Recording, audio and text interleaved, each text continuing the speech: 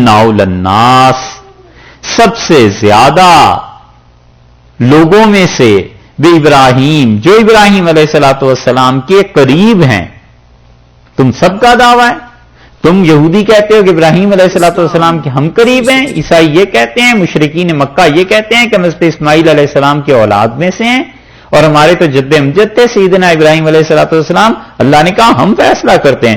ان اول الناس بابراہیم، ابراہیم علیہ الصلوۃ والسلام کے سب سے زیادہ قریب للذین، وہ لوگ ہیں نتبعوہ، جنہوں نے ان کی پیروی کی تھی ان کے زمانے میں.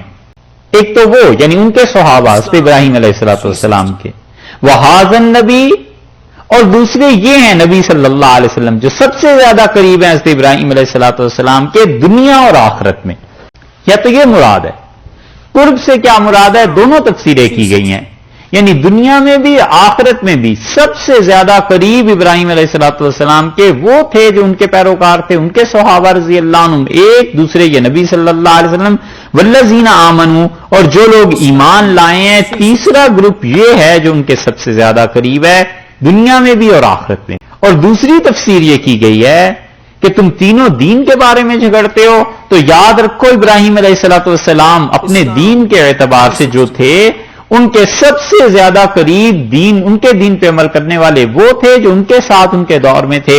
وہذا النبی، اور یہ رسول اللہ صلی اللہ علیہ وسلم ان کے سب سے زیادہ قریبی دین رکھتے ہیں. والذین آمنوا، اور جو صحابہ رضی اللہ عنہم ہیں ان کا بھی وہی دین ہے جو ابراہیم علیہ السلام کا تھا. اب اگر یہ مان لیا جائے کہ صحابہ رضی اللہ عنہ کا دین تبدیل ہو گیا تھا، یہ خدا نے کس بات کی گارنٹی دی تھی؟ اللہ نے کہا ہے ان کے سب سے زیادہ قریب وہ ہوں گے. اسی لیے رسول اللہ صلی اللہ علیہ وسلم فرمایا جب میں معراج میں گیا تو میں نے ابراہیم علیہ الصلوۃ والسلام کے گرد بچے ہی بچے دیکھے، بہت بچے تھے ان کے گرد. تو جبریل امین نے کہا کہ کوئی بھی بچہ یہودیوں اور عیسائیوں اور مسلمانوں میں سے یعنی جس کا انتقال ہو جاتا ہے وہ بچہ ان کے پاس بھیج دیا جاتا ہے، کیونکہ یہودیوں اور عیسائیوں کے بچے بھی اس کو جہنم میں تو نہیں بھیجنا، اس کی شرع میں یہ آیا ہے کہ وہ بچے وہاں بھیج دیے جاتے ہیں.